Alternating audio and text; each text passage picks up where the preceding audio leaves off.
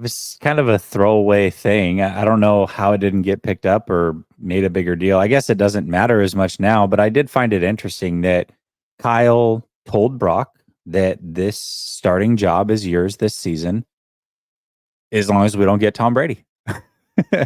And Brock knew that. So as long as Tom Brady wasn't coming to San Francisco, he was going to be the starter. But if Tom Brady came, then Tom Brady would have started. So they did put out feelers to Tom Brady this offseason. Obviously, he decided that it's time to officially retire, which is the right move, by the way. Watching Tom Brady early on last year, he had everything. But towards the tail end of last year, he was truly afraid to get hit. He just was unwilling to get hit. And that became clear. And when he talked about retiring, he said that I just don't want to get hit anymore. And that showed up on film week in and week out, even though the numbers were great and he could still make all the throws. It wasn't that he had diminished there, but mentally he didn't want to get hit. So I think it's probably I've never wanted to get hit.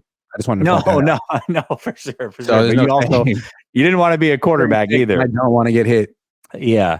So but that was interesting because there was definitely some speculation at some point, but if Tom Brady was willing to play again and come to the 49ers, he would have been your starter this year. I find that interesting.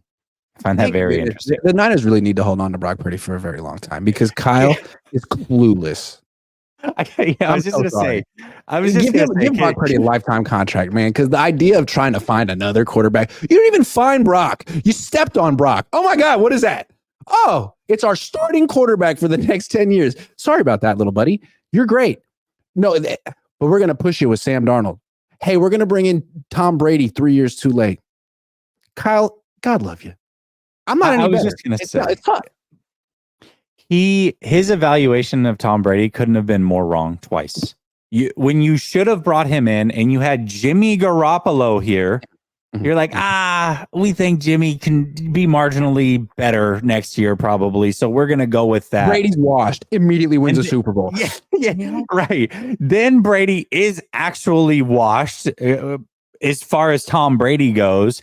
And you have an actual good quarterback who's clearly better than Jimmy. And you're like, yeah, well, you're going to start unless Tom's willing to come here. It's like, wow, could you messed up the evaluation going both ways. Thank God, at least the second time it didn't go the way that you wanted it to go, which was bringing in Tom Brady. That would have been crazy. Yeah. You understand why, though, in retrospect, the injury, the surgery, you didn't know what he was going to be. There was a possibility he would miss time. There were all these different timelines. He didn't get the surgery right away. It was unclear what was going to happen. They felt stupid for not bringing in Tom Brady the first time. You could see them maybe talking themselves into it in a moment of desperation. Fortunately, they didn't, or maybe Tom Brady made the decision for them. Don't know. But it seems like it's worked out. But again, they haven't won a playoff game yet. I just want to remind people that they have not won a playoff game yet this year. And I know we're all talking about how special this team is and how it's the best team since 1994. And dude, if they lose on Saturday, you guys are going to have nothing but bad feelings about this team forever. It'll be awful. It'll be awful. I just want to impress upon you what's at stake. That's what I love about the NFL so much. It's just so urgent. Oh, you think you're one of the greatest teams of all time? Okay, well, all you got to do is win 3 games. But if you lose 1, that's it. It's over. Sorry. You had a bad day. It was rainy. Sorry. Well, the 49ers haven't won a game yet in the playoffs, but the fans won 3 times this weekend. Watching the Eagles lose, the Rams lose, and Dallas lose, I don't know that the weekend could have been any better to be a 49er fan on a week that your team didn't play. So there is that. Sirianni used to have all this bravado, and now every time they cut to him on the sideline, he looks, frankly, like dorkier and dorkier. He just looks like he's got nothing. The 49er fans also won twice today. The Eagles and the Cowboys are keeping their coaches. Riddle me that. Why? I have no clue. I have running it back for the sake of it. Why would they do that? I have no idea. If I'm the Eagles, I'm getting Bill Belichick immediately. immediately. Does anyone respect Nick Sirianni anymore? The issue with him is a lack of respect for him. I don't know. Mike McCarthy? The Cowboys said they're keeping McCarthy. The Eagles, Roseman and Sirianni have been searching for an offensive coordinator, supposedly, since the season ended. So I assume that means they're keeping him. Hey, instead of hiring an offensive coordinator, fire Sirianni and hire someone who can run the offense. Like, what does Sirianni do? Why is he? Why do you need him? No idea. No idea. Like Dan Campbell is a CEO coach, but you see the impact he has on that team. They go exactly how he goes, and all those gutsy decisions, good or bad, are his. See, I don't know what Sirianni does. I genuinely have no idea. Shane Steichen was incredible. That's all I know. I don't know what Sirianni is or does. But hey, I'm not an Eagles fan, so let him stay there. That's great. Don't you get the sense that the players are really proud of Dan Campbell?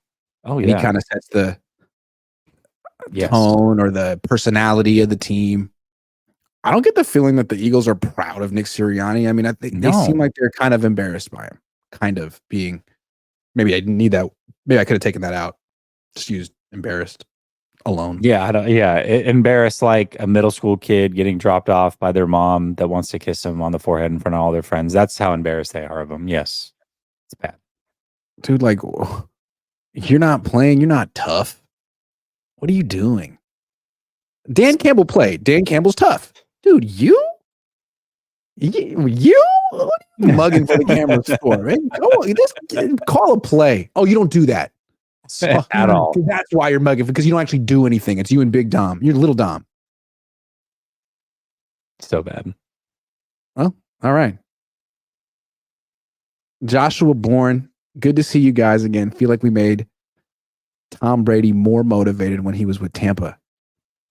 Yeah, probably. That was for Jed. That was for Kyle. Probably. All right. I'm going to wrap this one up early like Rob did. He just shut it down early on me today. He was like, you know what, Grant? I'm not enjoying your presence. Dismissed. And you're dismissed. Wow. Dismissed. Anyway, are you doing a Behind Enemy Lines right now?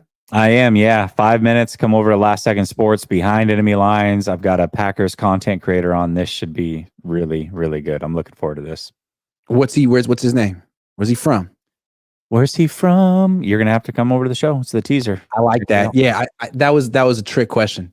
Go check it out for yourself. Like and subscribe. Thanks for watching. At the buzzer, Brother Bob says, Eagles straight trash, Big Dumb should coach. Yeah. Big Dumb, nice. Nice, Dumb. Brother Bob, nice.